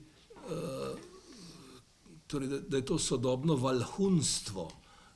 Ne vem, če razumete, zakaj gre za imena iz Prešernovega uvoda k krstu pri Savici. On je na strani Črtomira, ki se bori proti kristjanom, oziroma, dobro, ne gre tako daleč, ne? Ampak mi smo pa, kakor najbrž tudi jaz, smo pa valhuni, slovenski valhuni, ne? Smo izdali zdaj tiste naše, kaj že, bognoživo in tako naprej, tiste pradavne bogove. Ampak to je bil trenutek, ko so Slovenci vstopili v krščanstvo in to je bil trenutek, ko so se modernizirali. Ne? To je bil trenutek vstopa Slovencev v evropsko življenje. Vsi narodi so takrat vstopali v krščanstvo oziroma v evropsko to življenje na relativno podoben način. Torej, jaz moram reči, da se zelo čudim, ker jaz poznam Hribarja več kot 50 let. In v mojih očeh je bil on eden od tistih, ki je najbolj temeljito zanaliziral torej, svetovni marksizem in slovenski marksizem, slovenske marksiste, slovenske leniniste, staliniste in tako naprej. Tako da sem jaz celo vključil tisti njegov tekst v enciklopedijo slovenske osamosvojitve, tisti del, ki govori o To je on objavil v sobotni prilogi, mislim, da je naslov je Prvotna akumulacija socializma ali nekaj takega, zelo zanimiv naslov. No, torej, jaz ga poznam kot izredno, kaj ne rečem, pronicljivega analitika leninizma in komunističnega sistema in tako naprej, da me to, kar zdaj berem, skrajno čudi. In se mi zdi, kot da ali bodisi je takrat živel v zmoti ali zdaj živi v zmoti, sprašujem se, zakaj je ta velikanska sprememba in tako naprej. Kar se pa tiče vprašanja vabil na univerze, ne? Jaz se bojim, da, torej jaz nisem dobil nobenega vabila na nobeno univerzo, da bi govoril o slovenski osamosvojitvi, čeprav najbrž bi, ne, če bi me povabili. Sem pa poslal to knjigo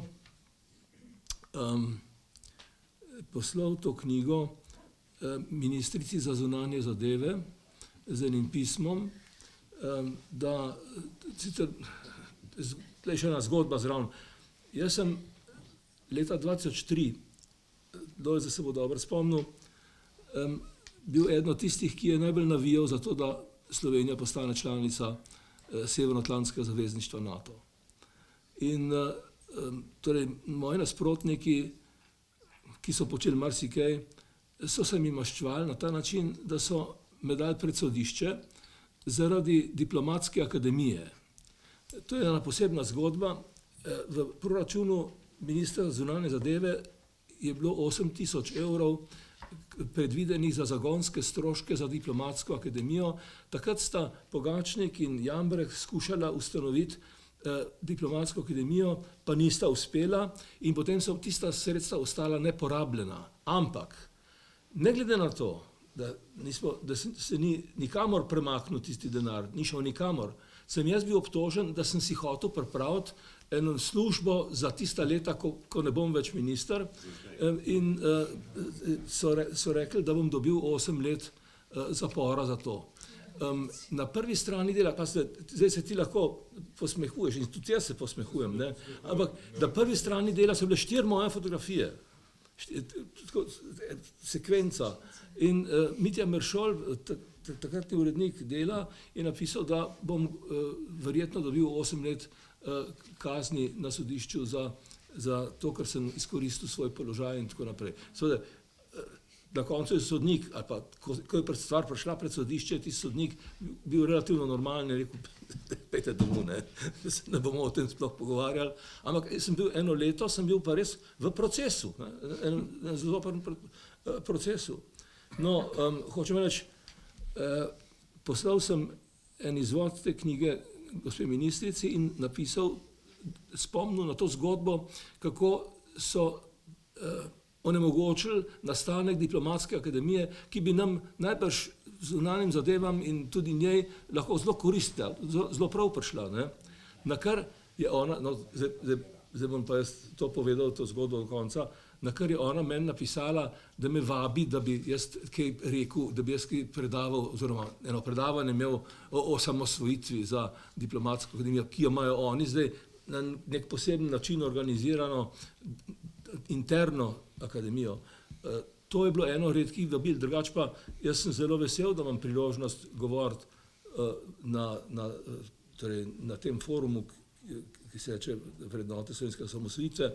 Jaz sem bil včeraj na Ptuju, kjer sem govoril v arhivu, ptujskem arhivu, potem sem bil v Mariboru, tudi tam sem nastopil v arhivu in tudi sem šel potem v eno zelo zanimivo, moram reči, občino, ali občina, najbrž je Fara, vsekakor je, Malečnik. In tam imajo eno imenitno župnišče, enega imenitnega župnika, ki je tam praktično organiziral življenje, je prišlo skoraj toliko ljudi, kot danes semle me poslušati, in sem bil, moram reči, zelo počaščen in zelo zadovoljen. Ampak kar se pa tiče univerz, so pa zavarovane pred temi, kaj ne rečem, krivoverskimi vsebinami, o katerih govorimo danes. Jelko.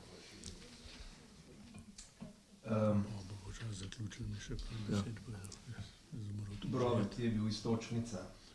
Brovet je šel v Moskvo. General Blago Jadžič, načelnik generalštaba, je bil poslan v Pariz. Admiral Mamula je bil poslan v Veliko Britanijo v Chatham House, da tam preveri, kako se bodo odzvali ob vojaškem udaru v Jugoslaviji.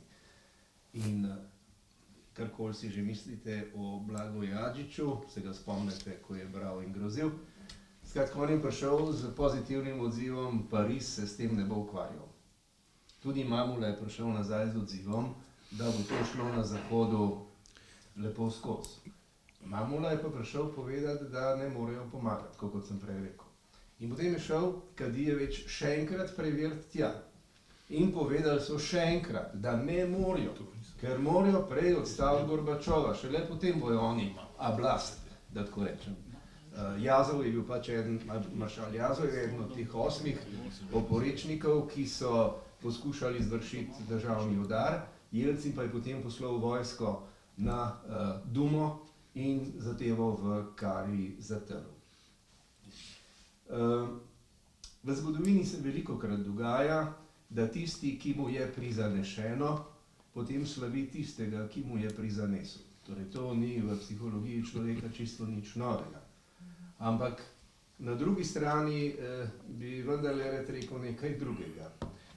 Mene vedno znova vprašajo, pa kaj ti tam delaš, zakaj si bil pa z onimi tam? To se zdaj vleče že 30 let.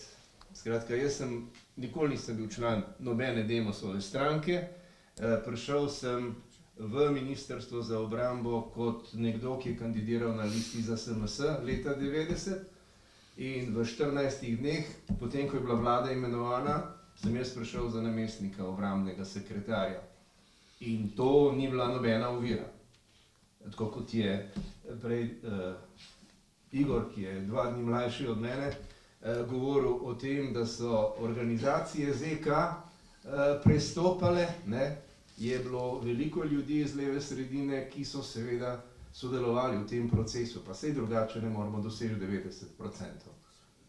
Ugotovite, da celo ne Slovenci v Sloveniji so glasovali za osamosvojitev in pri tem se aktivno izpostavljali.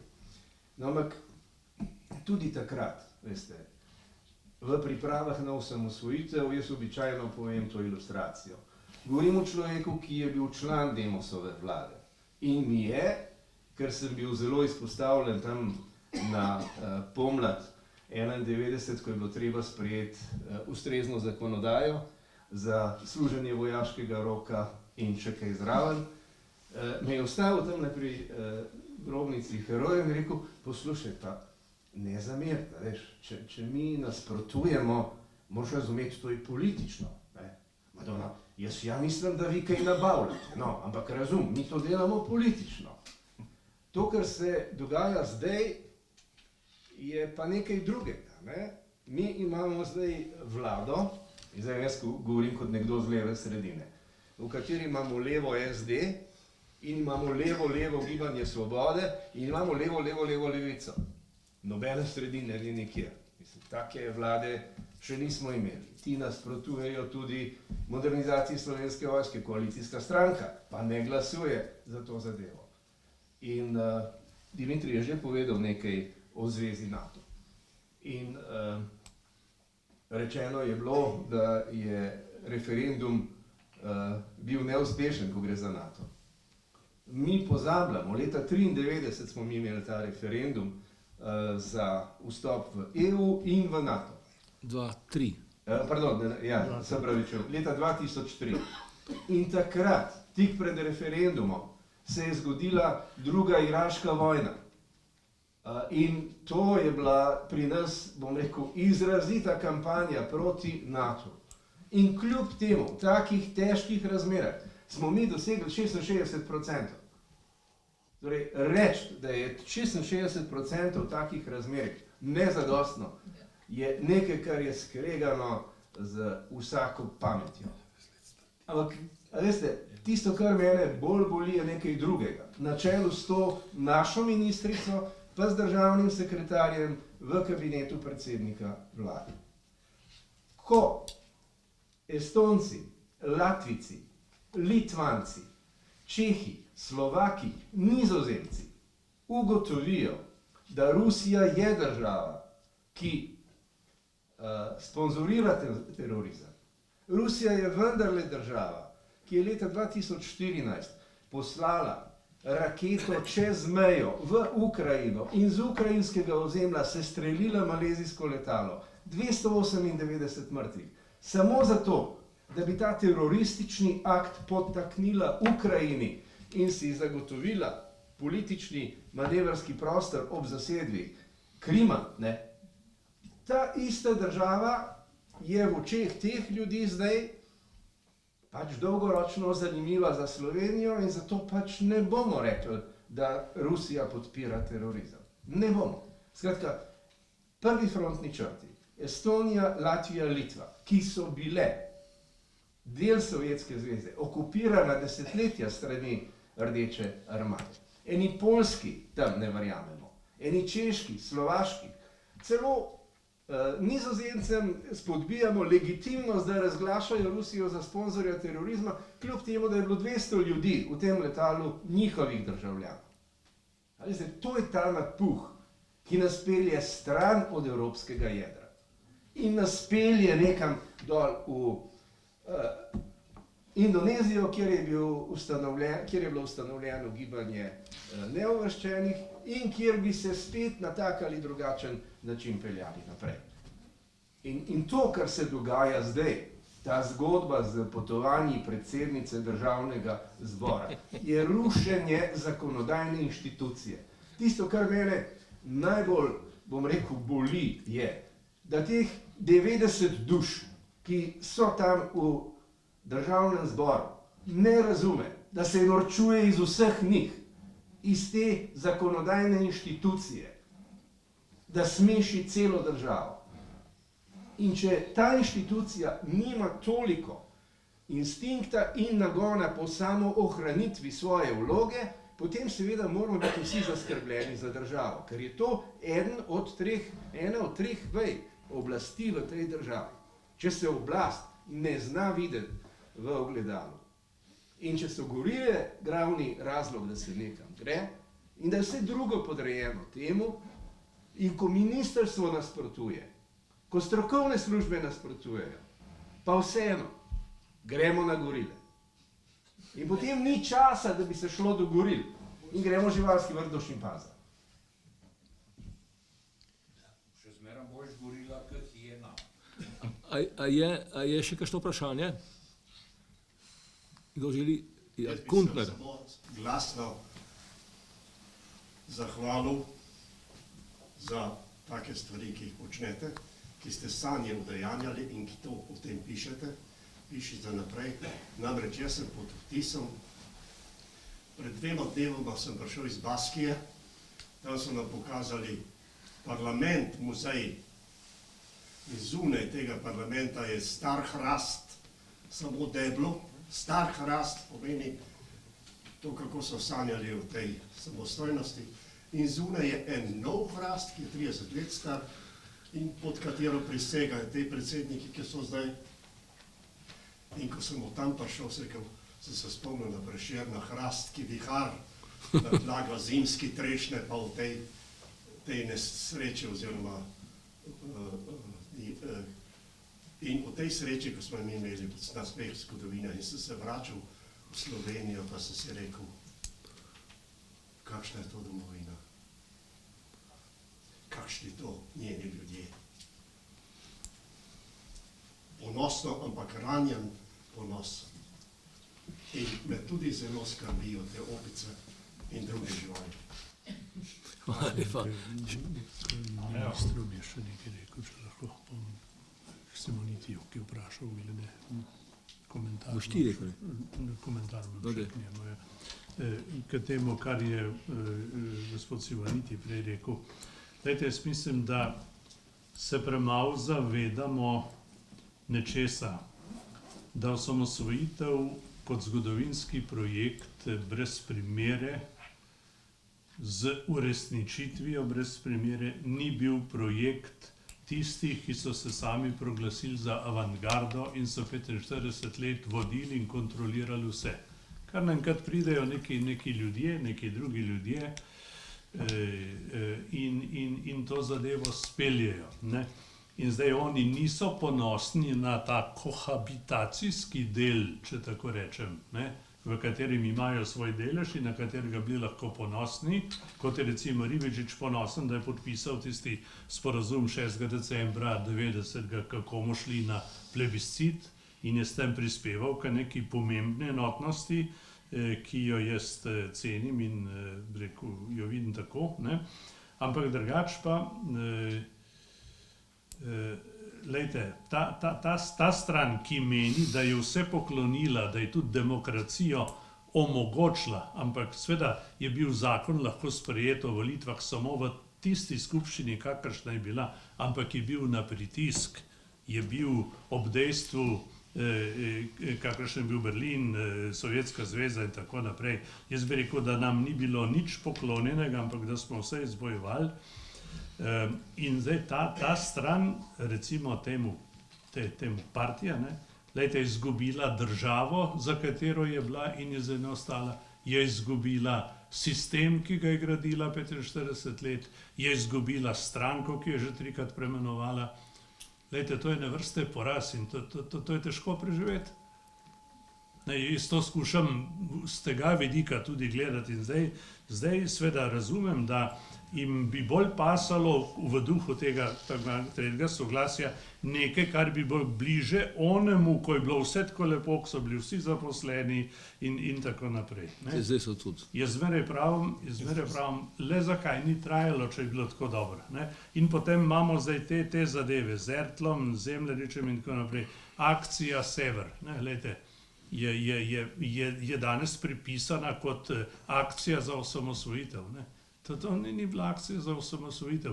In policisti dol, ki so celo prenočevali v Brežicah za vsak slučaj, glejte, jim ni bilo treba ničesar preprečevati, ker Kmetič, železničarji pač ni prepeljal teh ljudi nikamor in zato ni bilo treba posredovati. Te akcije, tako da debelo napisano, ni bilo, so bili pa res da pripravljeni, ampak to nima, rekel, to je pred osamosvojitveni časa. Oni so varovali nekaj drugega. Zdaj pa glede profesor pa še to, lejte, iz Slovenije, razen Toplavkovega vabila, ko je bil tukaj Jeffrey Sachs, jaz ne poznam vabila, da bi kaj povedal, na kakšne teme, ko sem evropski poslanec. Imam pa vabila iz Ukrajine, iz Nemčije, Španije, Italije. Od zunaj ni težko, ampak doma teh vabil ni. Vam pa še za konc, ker je bil Gorbačov omenjen, povem, ni anekdota, je pa luštna zgodba. V Kramontani so enkrat nastopila skupaj na eni okrogli mizi o tistih časih in je potem na koncu v pogovoru na štiri oči je rekel, no, kako pa je zdaj. Sem mu jaz malo razložen, pol je lepo z nasmehom rekel, zdaj mi je pa spet ruščina prav prišla, je rekel, držite se, kaj pomeni držite se. To vam želim, Dimitrij, čim več ponatisal. In jaz ne bi trpel, če bila knjiga uvrščena v priporočeno literaturo za šolski pouk. Boš ti povedal zadnjo besedo? Jaz sem torej vesel in zadovoljen s tem današnjim dogodkom. Smatram, da na nek način sem dobil neke sorte dovoljenje, da to počnem, oziroma privolitev, da je to čisto v redu. Jaz mislim, da je ključno vprašanje te naše osamosvojitve mogoče nismo čisto dobro razumeli, kaj je motilo tiste, ki so nam ugovarjali. In morda se kdo tega spominja in ugovarja še danes. Glejte, predsednik Bush, starejši, je imel leta 90 in 91, o tem obstaja dokumentacija iz Bele hiše, Bela hiša je te dokumente dala ven, jih dala v javnost. On je vprašal torej spraševal evropske državnike, ki so prihajali k njemu. Prihajali so Andreotti, pa Vranicki, pa Kohl in tako naprej in tako naprej. Je postavljal vsem isto vprašanje, kaj je zdaj ta Jugoslavija, a je to etnični spor ali je to boj za svobodo. Ali je to boj za demokracijo ali je to zdaj nacionalizem. In to seveda, vi veste, da na Zahodu so zelo občutljivi na torej nacionalizem in na etnične spore in tako naprej. In hvala Bogu, da smo mi takrat znali razlagati našim sogovornikom v inozemstvu, v bistvu smo poudarjali ta demokratični vidik. Mi smo v glavnem smo rekli, poslušajte, mi ne moramo živeti zaradi Miloševića, ker on pač ne spoštuje demokracije in tako naprej. Mi ne moramo živeti v tej državi, ki je ekonomsko nemogoča in tako naprej. Mi smo v bistvu danes na nivoju demokracije pomanjkljivi.